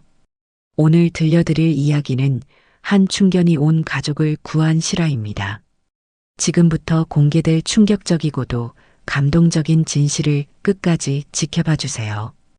영상이 마음에 드셨다면 구독과 좋아요 부탁드리며 지금 어디에서 시청하고 계신지 댓글로 남겨주세요. 여러분의 이야기도 듣고 싶습니다. 그럼 지금부터 시작하겠습니다. 이명호는 오늘따라 유난히 마음이 들떴습니다. 아침 일찍부터 집 안 구석구석을 청소하고 평소라면 대충 넘어갔을 곳까지 꼼꼼히 닦아냈죠. 거실 탁자를 3번이나 다시 닦고 소파 쿠션도 새로 정리했습니다. 아버지, 그렇게까지 안 하셔도 되는데요. 수진이가 아버지의 모습을 보며 미안해했지만 이명호는 손을 내저었습니다. 아니야, 우리 딸이 드디어 남자친구를 소개한다는데 어떻게 대충 할 수 있겠니? 이명호에게는 늦둥이 딸 수진이가 유일한 가족이었습니다. 아내를 먼저 보내고 홀로 딸을 키워온 지 벌써 10년이 넘었죠. 그동안 수진이는 연애에는 별 관심이 없어 보였는데 마침내 남자친구를 집에 데려온다니 이명호로서는 설레지 않을 수 없었습니다. 초롱아, 너도 오늘은 좀 얌전히 있어야 한다. 이명호는 거실 한켠에서 꼬리를 살랑살랑 흔들고 있는 진돗개 초롱이에게 말했습니다. 초롱이는 14살로 사람 나이로 치면 이미 할아버지였지만 여전히 활기차고 영리했죠. 이명호의 말을 알아듣기라도 한 듯 초롱이는 고개를 끄덕이며 혀를 내밀었습니다. 고등어 조림도 해야겠구나. 이명호는 부엌으로 향했습니다. 수진이가 어려서부터 좋아했던 고등어 조림을 만들어 남자친구에게도 대접하고 싶었거든요. 칼질 하나하나에도 정성이 담겼습니다. 양파를 썰다가도 자꾸 시계를 보며 시간을 확인했죠. 오후 6시가 되자 초인종이 울렸습니다. 이명호는 앞치마를 벗고 거울 앞에서 머리를 한 번 더 매만졌습니다. 수진이가 현관으로 뛰어나가는 소리가 들렸고 곧이어 남자 목소리가 들려왔습니다. 안녕하세요, 아버님. 도윤의 첫인상은 정말 좋았습니다. 키가 크고 단정한 옷차림에 밝은 미소를 지었죠. 손에는 고급스러운 포장지에 쌓인 선물까지 들고 있었습니다. 어서 와요. 수진이한테 많이 들었어요. 이명호는 반갑게 인사했습니다. 도윤은 공손하게 고개 숙여 인사하며 선물을 건넸죠. 정성이 부족하지만 받아주세요. 이런 걸 왜 사왔어요? 오기만 해도 되는데. 이명호가 선물을 받으며 기뻐하는 순간이었습니다. 갑자기 초롱이가 으르렁거리기 시작했죠. 평소 온순하던 초롱이가 털을 곤두세우며 도윤을 향해 낮게 짖었습니다. 초롱아, 왜 그래? 수진이가 깜짝 놀라며 초롱이를 제지했지만 초롱이는 멈추지 않았습니다. 도윤에게서 눈을 떼지 않고 계속 경계하는 모습을 보였죠. 죄송해요. 평소에는 이런 적이 없는데. 이명호가 당황하며 사과했지만 도윤은 오히려 여유로운 미소를 지었습니다. 괜찮습니다. 개들이 처음 보는 사람을 경계하는 건 당연하죠. 하지만 초롱이의 반응은 단순한 경계심을 넘어서는 것 같았습니다. 평생 사람을 물어본 적도 없고 손님이 와도 꼬리를 흔들며 반기던 초롱이가 이렇게 격하게 반응하는 건 처음이었거든요. 초롱이를 안쪽 방에 두고 올게요. 수진이가 초롱이를 끌고 가려 했지만 초롱이는 꿈쩍도 하지 않았습니다. 마치 도윤을 감시해야 한다는 듯이 자리를 지켰죠. 이명호는 이상한 기분이 들었습니다. 경찰로 30년을 일하며 기른 직감이 뭔가 불편함을 전해왔거든요. 하지만 딸이 처음 데려온 남자친구 앞에서 이런 생각을 할 수는 없었습니다. 자, 일단 앉아요. 초롱이도 금방 적응할 거예요. 이명호는 어색한 분위기를 바꾸려 노력했습니다. 하지만 초롱이는 계속해서 도윤을 노려보고 있었고 그 시선 속에는 뭔가 절박한 경고의 메시지가 담겨 있는 것 같았습니다. 저녁 식사가 시작되었지만 분위기는 여전히 어색했습니다. 초롱이는 거실 한쪽 구석에 웅크리고 앉아 도윤을 한순간도 놓치지 않고 지켜보고 있었거든요. 그 예리한 눈빛에는 경계심이 가득했습니다. 아버님이 직접 만드신 거예요? 정말 맛있네요.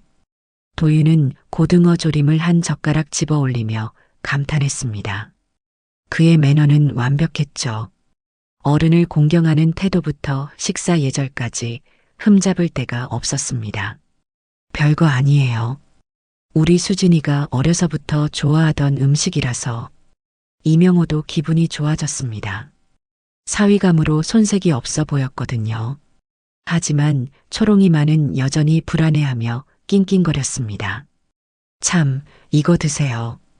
도윤이 가져온 선물 봉지에서 고급 홍삼 제품을 꺼냈습니다. 포장부터 범상치 않았죠. 평소 이명호가 살 엄두도 못 낼 만큼 비싼 제품이었습니다. 이런 비싼 걸 왜 사왔어요? 아버님 건강이 가장 중요하니까요. 매일 한 포씩 드시면 기력에 도움이 될 거예요. 도윤의 말에는 진심이 담겨 있는 것 같았습니다. 수진이도 감동한 표정으로 도윤을 바라봤죠. 정말 고마워요. 아버지, 도윤이가 얼마나 신경 써주는지 보세요. 하지만 이상했습니다. 도윤이 홍삼을 꺼내는 순간 초롱이의 반응이 더욱 격해졌거든요. 마치 그 냄새에 본능적으로 거부감을 느끼는 것 같았습니다. 와랄랄. 초롱이가 갑자기 크게 짖기 시작했습니다. 이명호는 깜짝 놀랐죠. 초롱아, 조용히 해. 괜찮습니다. 아마 새로운 냄새 때문인 것 같아요. 도윤은 여전히 침착했습니다. 오히려 초롱이를 이해한다는 듯한 표정을 지었죠. 하지만 그 순간 이명호는 묘한 느낌을 받았습니다. 도윤의 미소가 잠깐, 아주 잠깐 어색해 보였거든요. 식사를 마치고 거실에서 차를 마시며 대화를 나눴습니다. 도윤은 정말 완벽한 예비 사위였습니다. 직업도 안정적이고 가족에 대한 애정도 깊어 보였죠.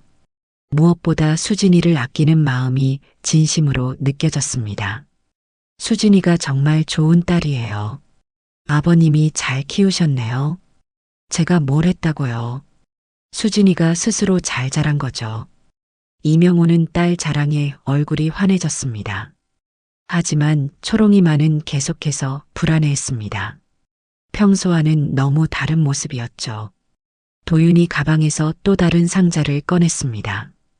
이건 영양제예요. 아버님 연세에 꼭 필요한 성분들로 만들어진 거라고 하더라고요. 정말 신경 많이 써줬구나. 이명호는 감동했습니다. 처음 만난 사이인데도 이렇게까지 배려해 주다니요. 하지만 초롱이는 그 영양제 냄새를 맡더니 뒷걸음질을 쳤습니다. 초롱이가 왜 이럴까요? 수진이가 걱정스러운 표정으로 초롱이를 바라봤습니다. 평생 이런 모습을 본 적이 없었거든요. 나이가 들어서 예민해진 것 같아요. 우리 집 강아지도 그랬거든요. 도윤의 설명은 그럴듯했습니다. 하지만 이명호는 뭔가 석연치 않았습니다. 초롱이는 단순히 예민한 게 아니라 뭔가를 경고하는 것 같았거든요. 초롱이 때문에 식사를 대충 마친 도윤은 예정보다 일찍 일어나기로 했습니다. 현관에서 인사를 나누는 동안에도 초롱이는 도윤을 노려보고 있었죠. 오늘 정말 맛있는 저녁 대접해 주셔서 감사했습니다. 무슨 말씀을요? 자주 오세요. 이명호는 진심으로 말했습니다. 도윤이 떠난 후 집안은 고요해졌습니다. 그제서야 초롱이가 긴장을 풀고 이명호 곁으로 다가왔죠. 초롱아, 너 왜 그랬니? 이명호가 초롱이의 머리를 쓰다듬으며 물었습니다. 초롱이는 슬픈 눈으로 이명호를 바라보며 낑낑거렸습니다. 마치 뭔가 중요한 말을 하고 싶어 하는 것 같았죠. 아버지, 초롱이 때문에 도윤이가 기분 나빠하지 않았을까요? 수진이가 걱정스럽게 말했습니다. 아니야, 그 친구가 이해심이 많더라. 좋은 사람 같아. 이명호는 그렇게 말했지만 마음 한구석에는 의문이 남아 있었습니다. 경찰로 오랫동안 일하며 기른 직감이 뭔가 불편함을 전해왔거든요. 밤이 깊어갔습니다. 이명호는 잠자리에 들기 전 초롱이와 함께 마당에 나섰습니다. 초롱이는 여전히 불안해 보였죠. 너만 그 친구를 싫어하는구나. 왜일까? 초롱이는 이명호의 손을 하즈며 애처로운 눈빛을 보냈습니다. 그 눈에는 간절한 호소가 담겨 있었죠. 하지만 걔의 말을 알아들을 수는 없는 일이었습니다. 도윤과의 첫 만남 이후 일주일이 지났습니다. 수진이는 연일 도윤 자랑에 바빴죠. 직장에서도 집에서도 도윤 이야기뿐이었습니다. 아버지, 도윤이가 오늘도 홍삼 챙겨 드시냐고 연락했어요. 참 세심한 친구구나. 이명호는 미소 지었지만 마음 한구석은 여전히 불편했습니다. 도윤이 준 홍삼을 먹기 시작한 후로 몸이 이상했거든요.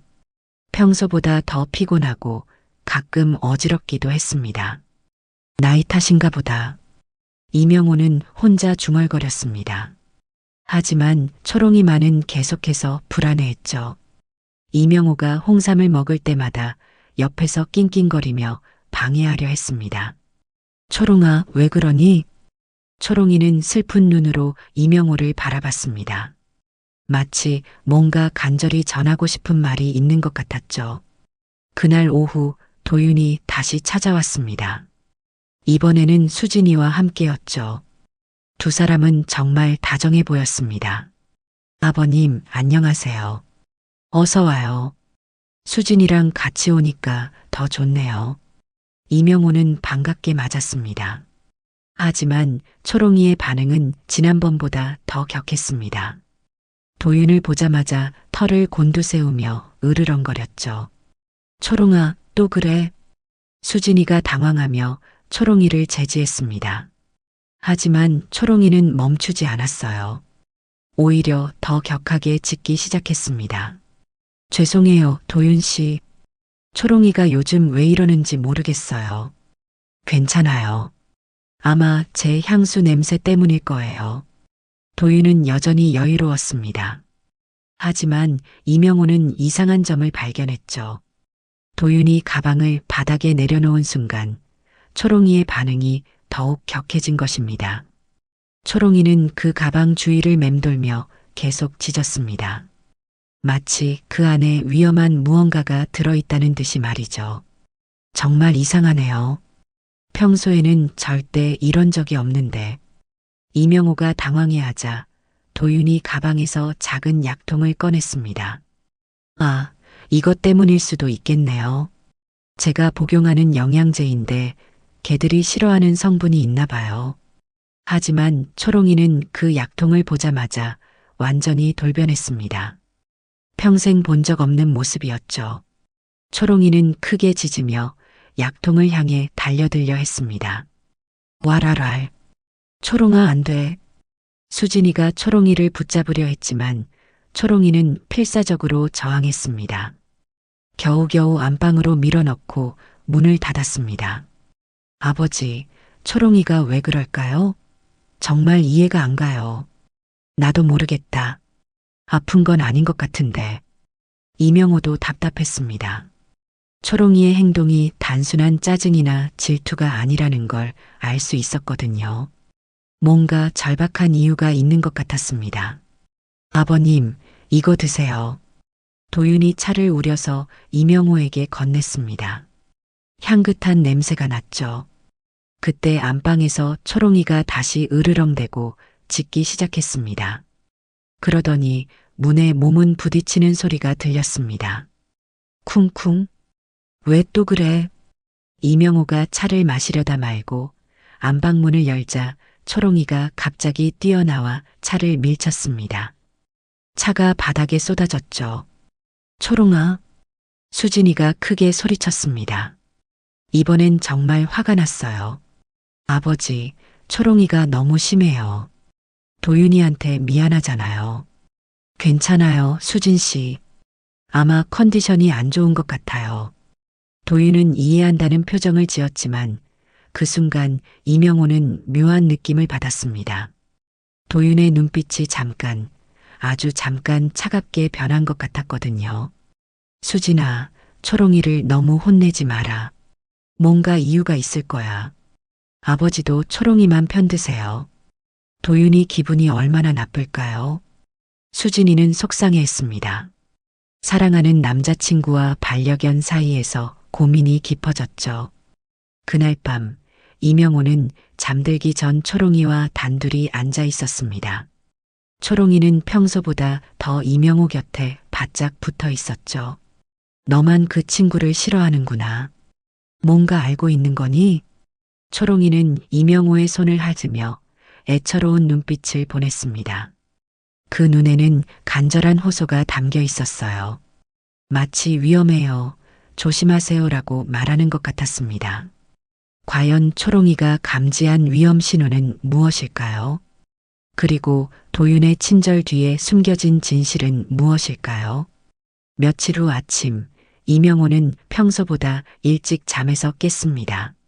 몸이 개운하지 않았거든요. 도윤이 준 홍삼을 꾸준히 먹고 있는데도 오히려 컨디션이 나빠지는 것 같았습니다. 이상하네. 이명호는 혼자 중얼거렸습니다. 좋은 제품이라고 했는데 왜 이럴까요? 그때 뉴스에서 흘러나오는 소리가 귀에 들어왔습니다. 최근 독거노인을 대상으로 한 사기 범죄가 급증하고 있습니다. 특히 가족을 사칭하거나 연인 관계를 이용한 수법이 늘고 있어 이명호는 순간 멈춰섰습니다. 경찰 시절의 기억이 되살아났죠. 그때도 비슷한 사건들이 많았습니다. 노인들의 외로움을 이용해 접근하는 사기범들 말이에요. 설마. 하지만 이명호는 고개를 저었습니다. 도윤은 수진이가 사귀는 남자친구였으니까요. 게다가 그렇게 정중하고 예의 바른 사람이 설마 그런 일을 할 리는 없었습니다. 그때 동네에서 도둑이 들었다는 소식이 들려왔습니다.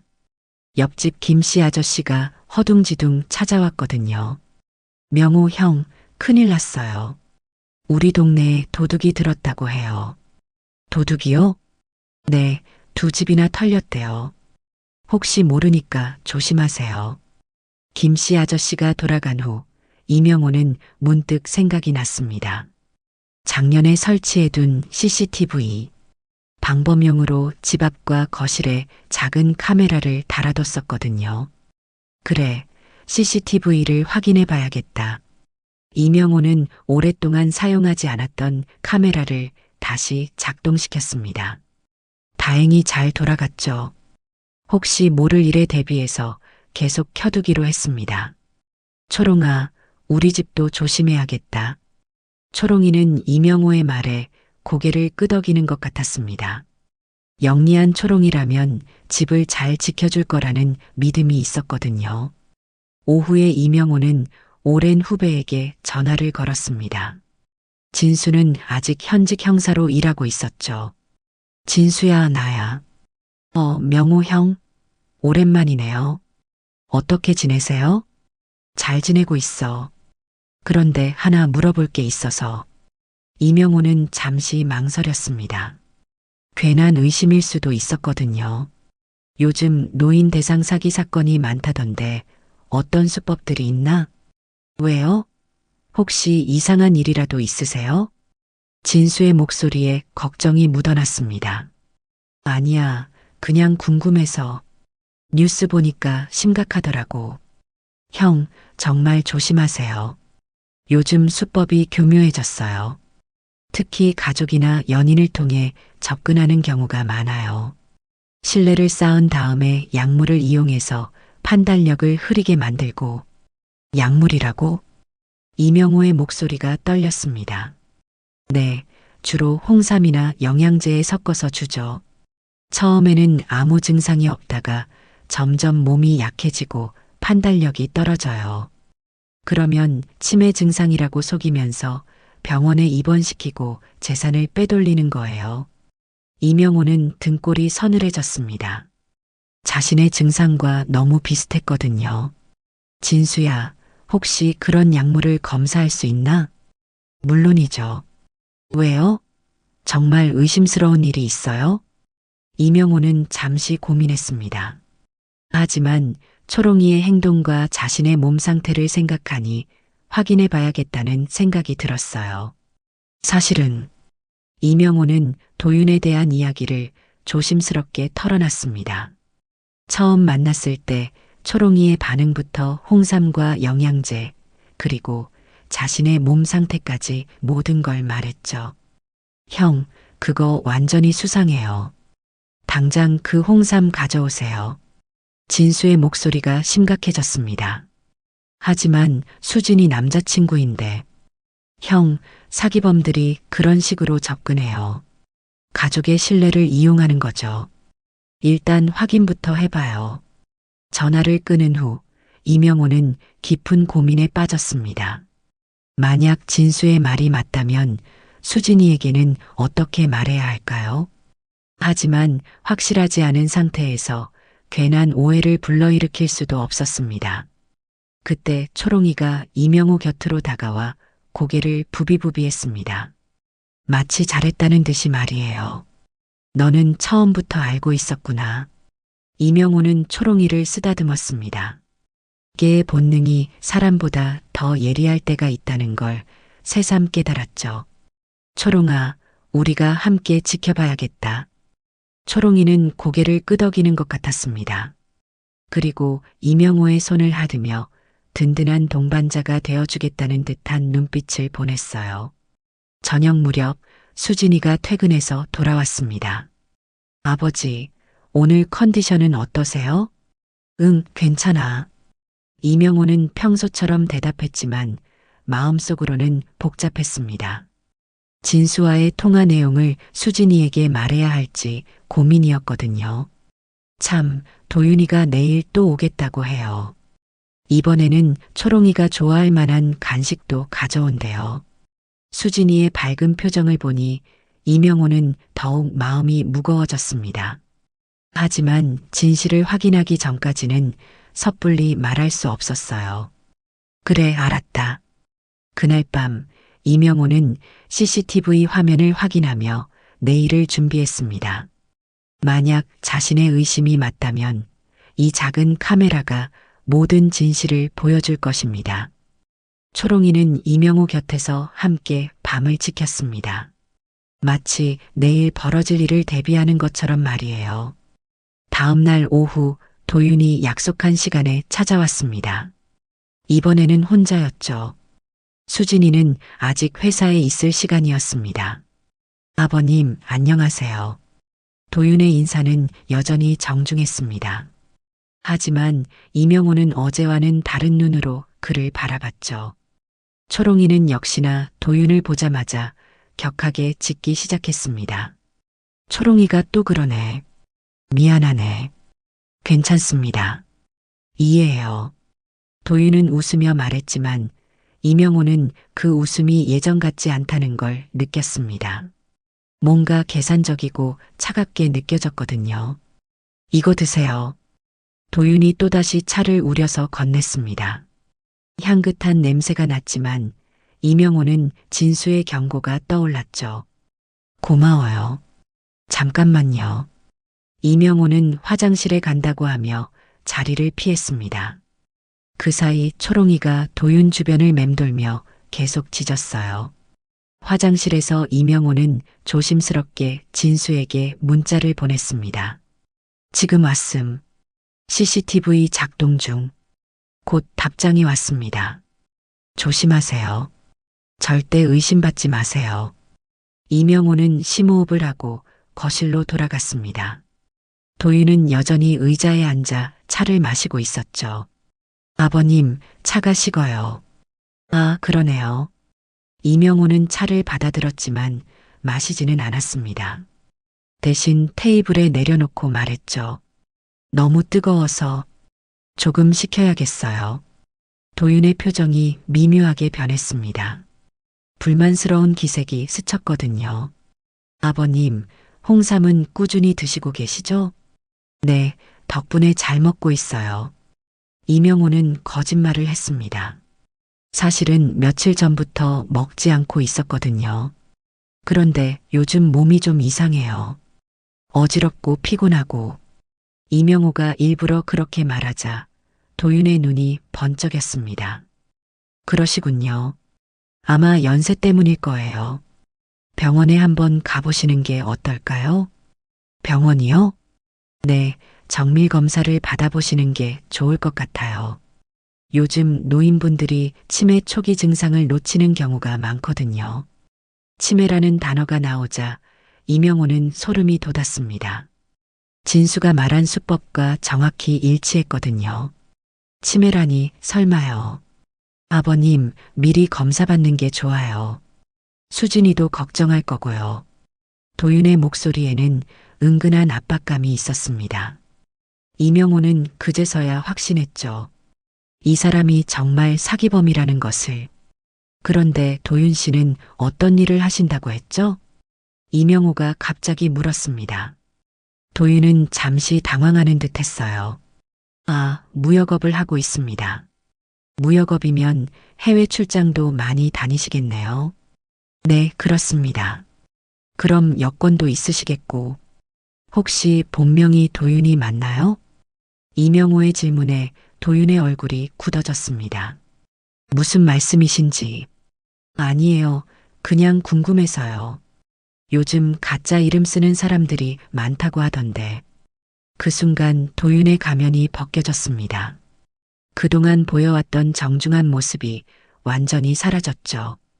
아버님, 괜한 의심은 하지 마세요. 목소리가 차갑게 변했습니다. 이명호는 등골이 서늘했지만 태연함을 유지했어요. 의심이라니요.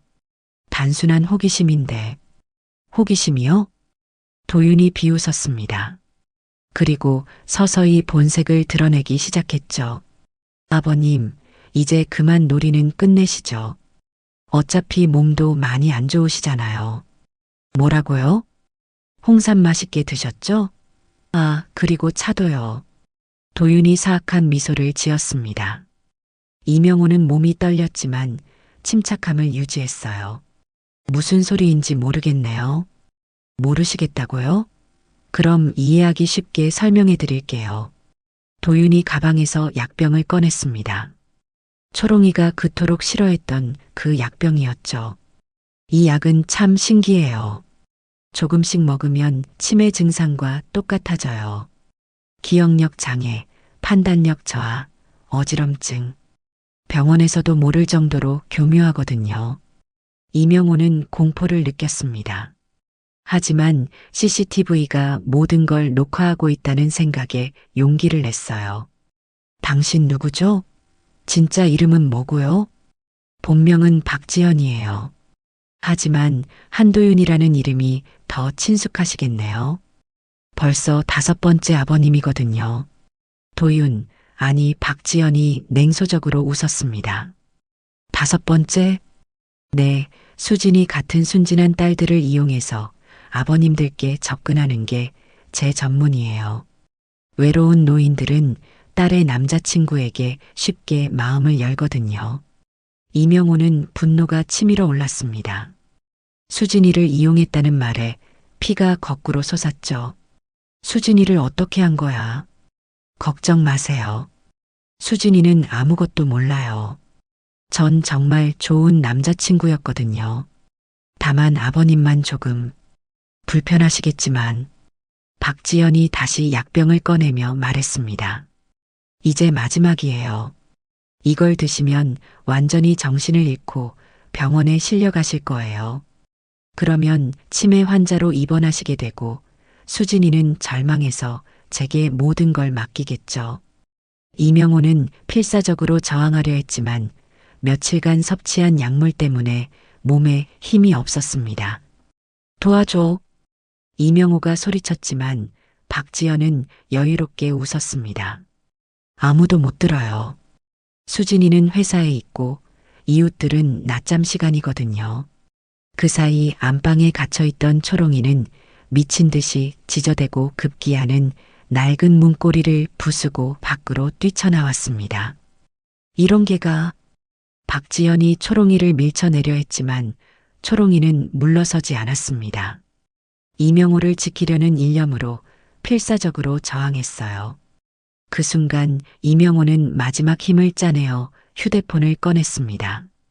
진수에게 긴급 문자를 보냈죠. 위험. 지금 당장 와. 박지연이 초롱이와 싸우는 사이 이명호는 간신히 현관 쪽으로 기어갔습니다. 하지만 몸에 힘이 빠져 쓰러지고 말았어요. 바로 그때 현관문이 벌컥 열렸습니다. 진수가 동료 형사들과 함께 급히 들어왔어요. 앞에서 대기하고 있다가 이명호의 긴급 문자를 받고 즉시 달려온 것이었죠.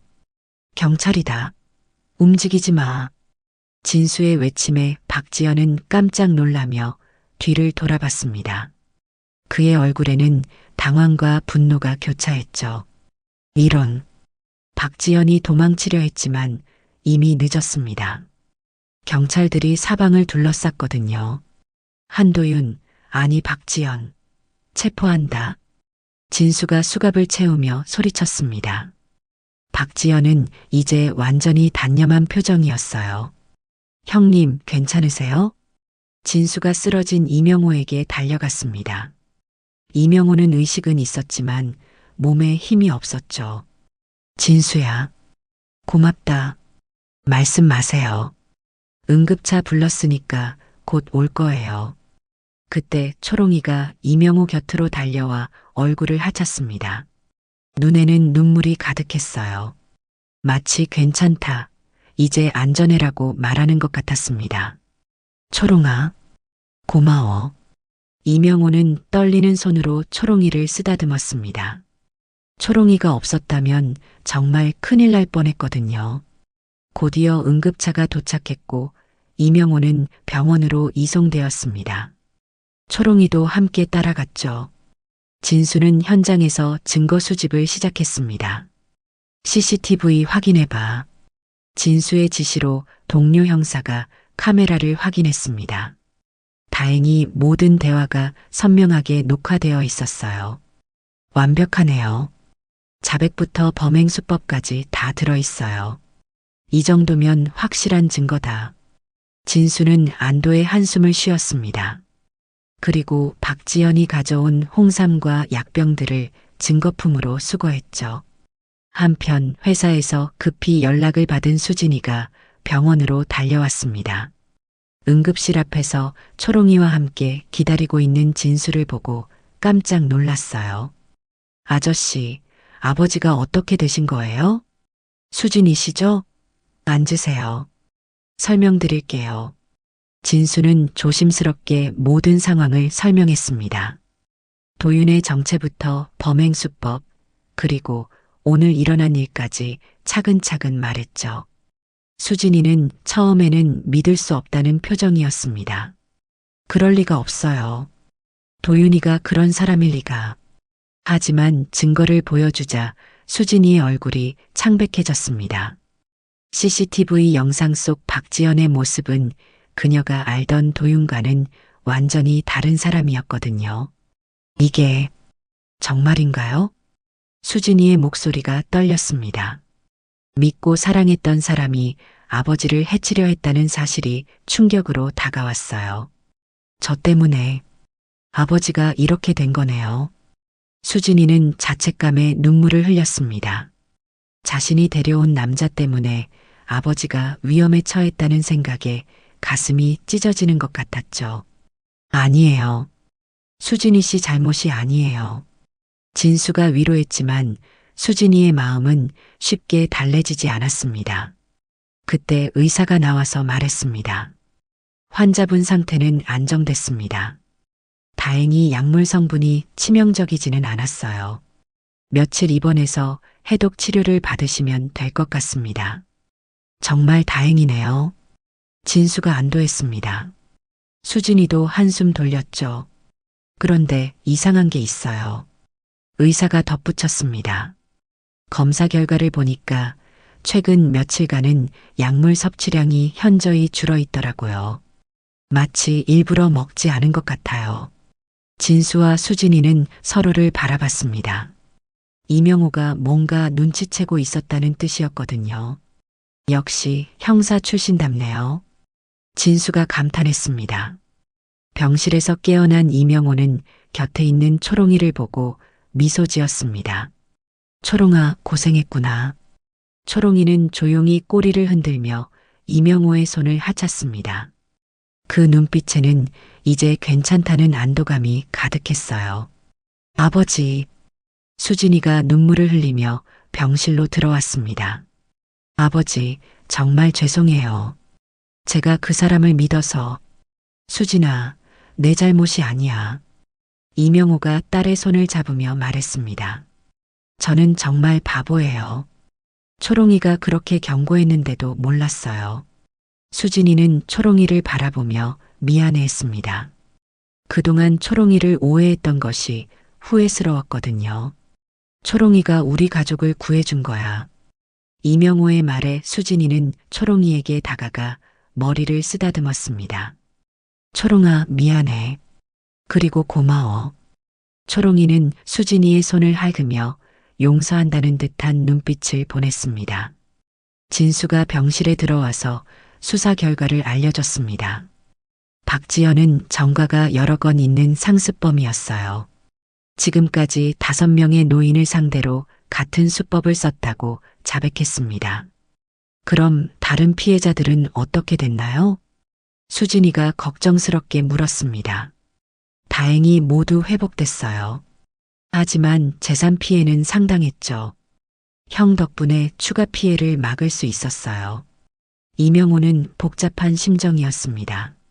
자신만 구한 게 아니라 다른 피해자들까지 구했다는 생각에 다행스러웠지만 그동안 속았다는 사실은 여전히 충격이었거든요. 이제 모든 게 끝났어요. 박지연은 중형을 받을 거예요. 진수의 말에 모두가 안도했습니다. 특히 초롱이는 마치 모든 걸 이해한다는 듯 조용히 꼬리를 흔들었어요. 그날 밤 가족들은 병실에서 함께 시간을 보냈습니다. 초롱이도 특별히 병실에 머물 수 있도록 허락받았죠.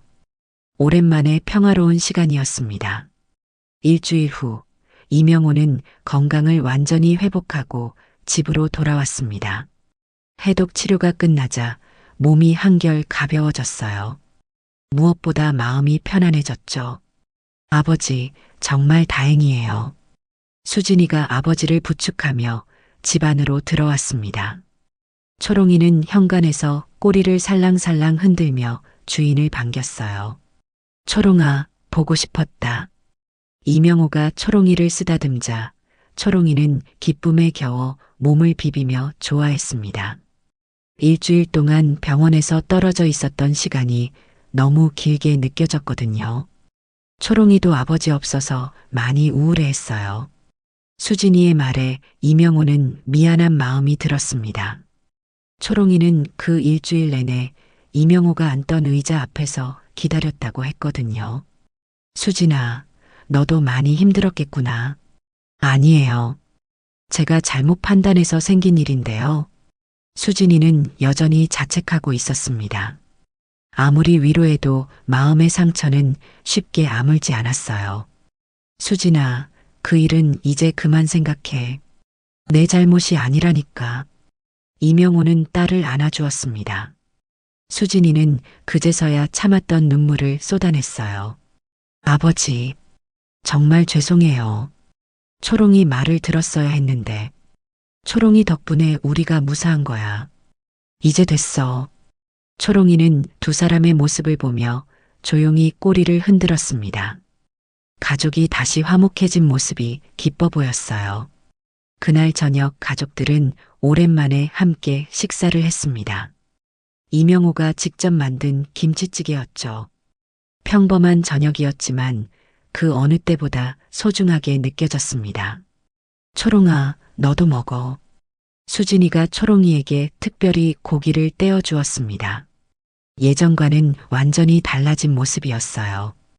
이제 수진이는 초롱이를 단순한 반려견이 아닌 가족의 수호자로 여기고 있었거든요. 초롱이가 정말 똑똑해요. 처음부터 알고 있었던 거네요. 걔는 사람보다 직감이 뛰어나다고 하잖아. 초롱이가 우리를 구해준 거야.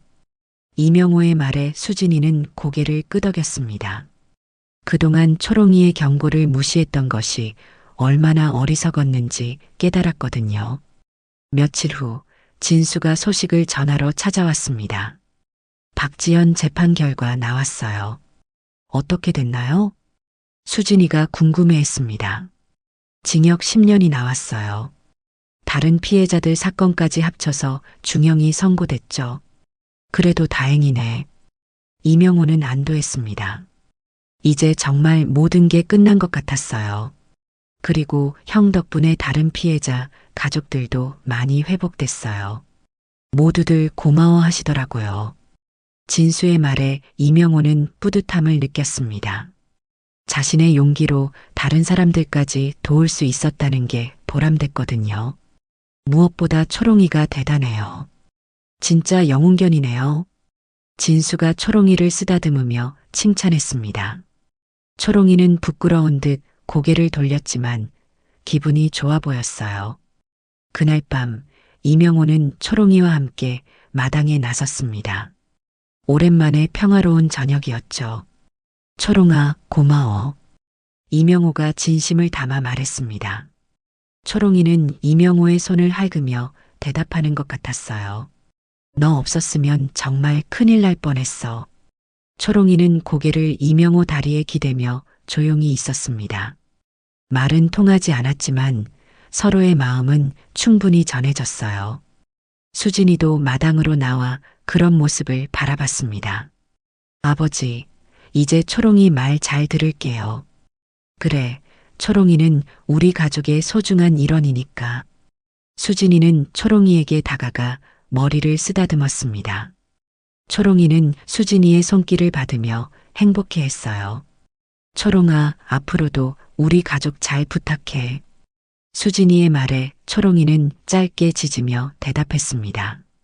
이제 정말 한 가족이 된 것 같았어요. 시간이 흘러 한 달이 지났습니다. 이명호는 완전히 건강을 회복했고 수진이도 마음의 상처를 치유해 가고 있었어요. 무엇보다 초롱이에 대한 가족들의 사랑이 더욱 깊어졌습니다. 아버지, 초롱이 간식 사왔어요. 수진이가 퇴근길에 초롱이를 위한 특별한 간식을 사왔습니다. 고급 사료와 장난감까지 가득했죠.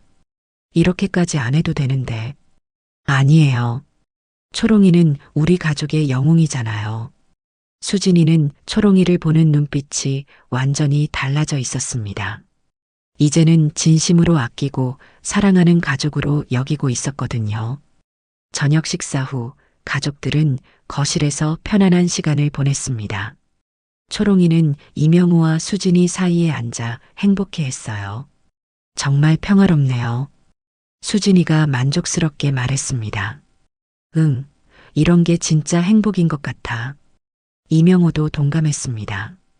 거창한 것이 아니라 가족이 함께 있는 이 순간이 가장 소중했거든요. 초롱이는 두 사람의 대화를 들으며 조용히 꼬리를 흔들었습니다. 이제 모든 위험이 사라지고 평화로운 일상이 돌아온 것이 기뻤어요. 달빛이 비치는 거실에서 세 가족은 서로에 대한 사랑을 확인했습니다. 위기를 함께 극복하며 더욱 단단해진 유대감이었죠. 초롱이의 충실함과 용기가 만들어낸 기적이었습니다. 오늘 이야기를 들어주셔서 감사합니다. 영상 보시고 느끼신 감정, 댓글로 함께 나눠주세요. 여러분의 한마디가 누군가에겐 큰 위로가 될 수 있습니다. 영상이 마음에 드셨다면 구독과 좋아요로 응원 부탁드립니다.